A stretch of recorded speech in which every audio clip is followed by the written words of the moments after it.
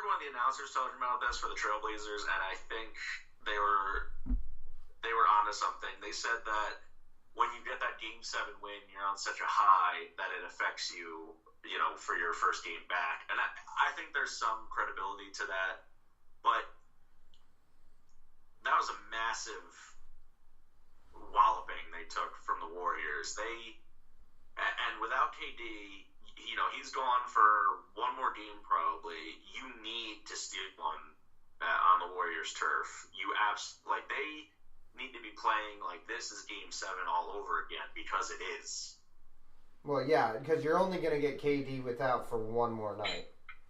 I mean, there's no way that you're not going to. And if he comes back and if this is the way that you're going to be performing, you might as well fucking go home. Well, I mean, also, Klay Thompson played very well. Right, but Klay Thompson stepped up. But Damian Lillard, yeah, maybe it was the Game 7 hangover, but they should know that Lillard, in between him and CJ, they need to do something tonight. They have to. They have to get some kind of motivation. I mean, that's the problem right there, in my opinion, is that's like 90% of their offense is just them two. They need the other guys to step up.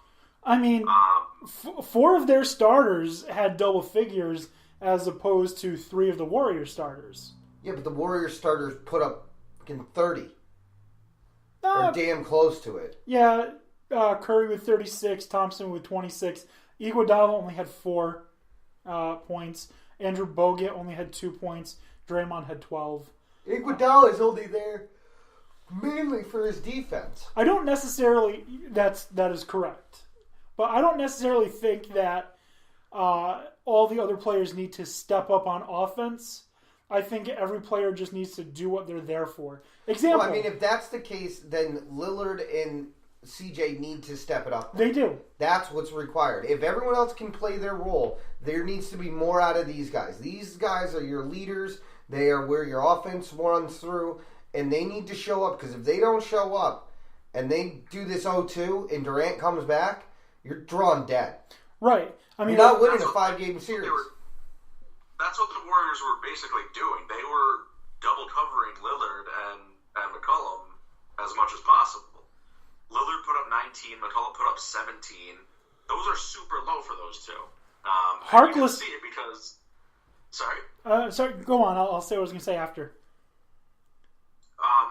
It just looked like they were rotating to them as much as possible. And then, you had Rodney Hood put up some points. He had 17. Harkless put up some points. He had 17. Kanter had a double-double. Kanter with 16 rebounds. That's what you need from Enes Kanter. You need Enes Kanter to get 16 rebounds and 10 points. That's what he is. He needs to step up on D, but, that's his game. So, that's what he did what was expected of him. But you got guys like Aminu putting up 3 points in 19 minutes. Seth Curry putting up 3 points in 19 minutes. Turner putting up 0 points in 16 minutes. That's not gonna do it. Yeah, I mean, he had 5. Turner had 5 assists, 5 rebounds and 4 assists, but that's not what he does. You're a shooting guard. Right. It's in your position. What are you supposed to be doing? It's in the title, damn it. Right. And he was 0 for 1 in 16 minutes. He took 1 shot in 16 minutes. I'm not going to get it done. And the Warriors kind of had some guys doing that as well, but Curry and Thompson were just unstoppable. So, but again, if you enact that, then I don't know what you do. You lose.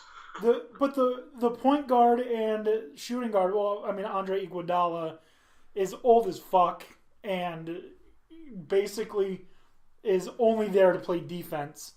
But the scoring positions, the point guard 36 points, shooting guard 26 points.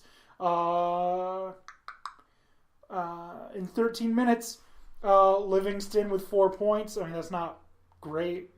Cook 13 minutes, 8 points.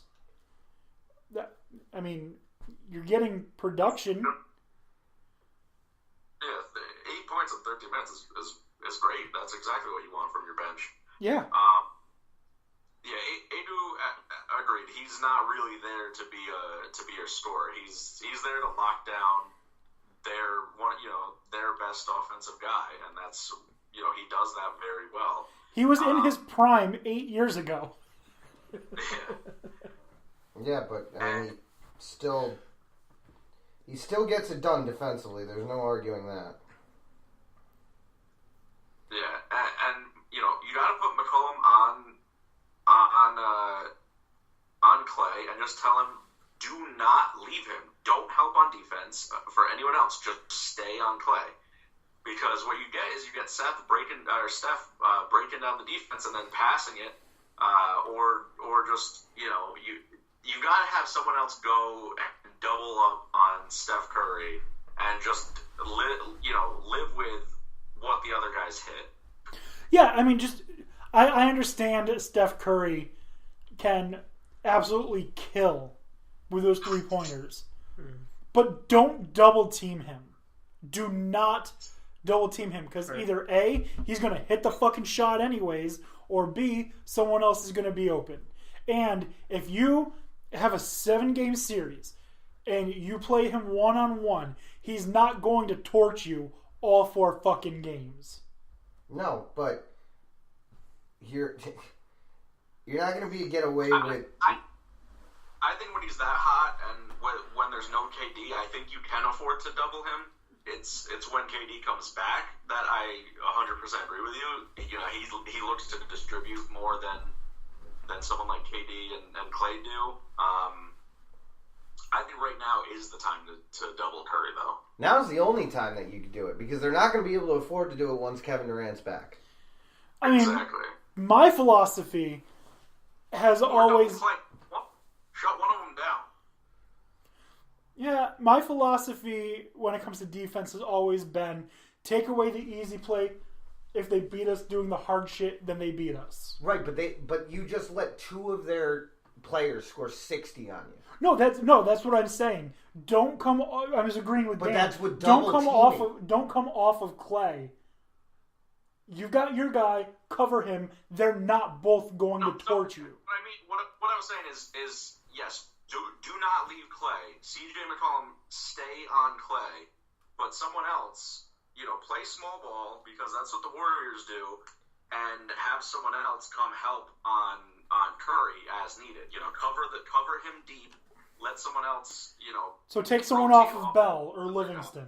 Yeah, but whoever's playing the 3 needs to come drift out and help on either one of them. Don't let them just be open. Right. It's not a good strategy, because if you let that happen, if you get the help from one or the other is going to kill you. It's almost like they're making a conscious choice to be like, oh, well, we're going to let Clay score this time down the court because we're going to all go to Steph. Oh, now let's go to Clay. Oh, Dan, Steph, it's your turn. When Durant comes back, it's a much bigger problem. You're going to have to play man. It's broken. And then they still might be getting Boogie Cousins back this series. Really? It's a healthy Warrior team breaks the NBA. Yeah. Yeah. I mean, that's 100% true. I mean, that's really all you can say about this series. To be honest, after watching the performance that I saw and Klay Thompson kind of getting out of whatever rut he was in for a while, not really being able to find the mark, if that's the case, this series almost to me is already over. It's already over. I'll pay attention to what's going on in the East, because that's more entertaining to me. All right, let's move on to the East in that case. The more entertaining game, Raptors led for a ton of time. Oh, most of the game. Yeah. Most of the game the Raptors led. And the Bucks pull out the 108-100. Drake was probably wearing something Raptors. Perhaps. Pull out that victory. Again, Brook Lopez erupts 29 points. He had some clutch plays right at the end there too. A huge rebound and score when it was still like a 4-point game that really seemed to deflate the Raptors. I think the blocks down the end really made a huge difference between. I mean, Giannis's couple blocks when the Raptors were trying to get a little bit more momentum in the final 2 minutes. That was just like they felt the pressure being on them, and then every time that they thought they had something possibly going, it was met with defiance. The big problem that I noticed from the Raptors, and you feel free to disagree with me, they just looked so tired. And I think I the series took a lot out of them with Philly. Well, I don't think it's necessarily just that. It definitely did. But looking at the 5 starters, the least amount of time that a starter played was 35 minutes. Yeah, but the problem is their bench didn't Siakam, do anything. 42. Kawhi, 42. Marc Gasol, 40. Kyle Lowry, 40. Green, 35. Yeah, they probably are tired because I'm sure that series took a lot out of them, and there is the idea of the Game 7 slump, but I think they were ready to go in the beginning of the game. I just don't think they could have sustained the momentum they had for too long because of how much they had left in the tank after that 7-game series. Maybe another night's rest in the same city will help them. I don't know. But, I mean, their bench didn't show up either. So, for those guys sitting there... 12 bench points.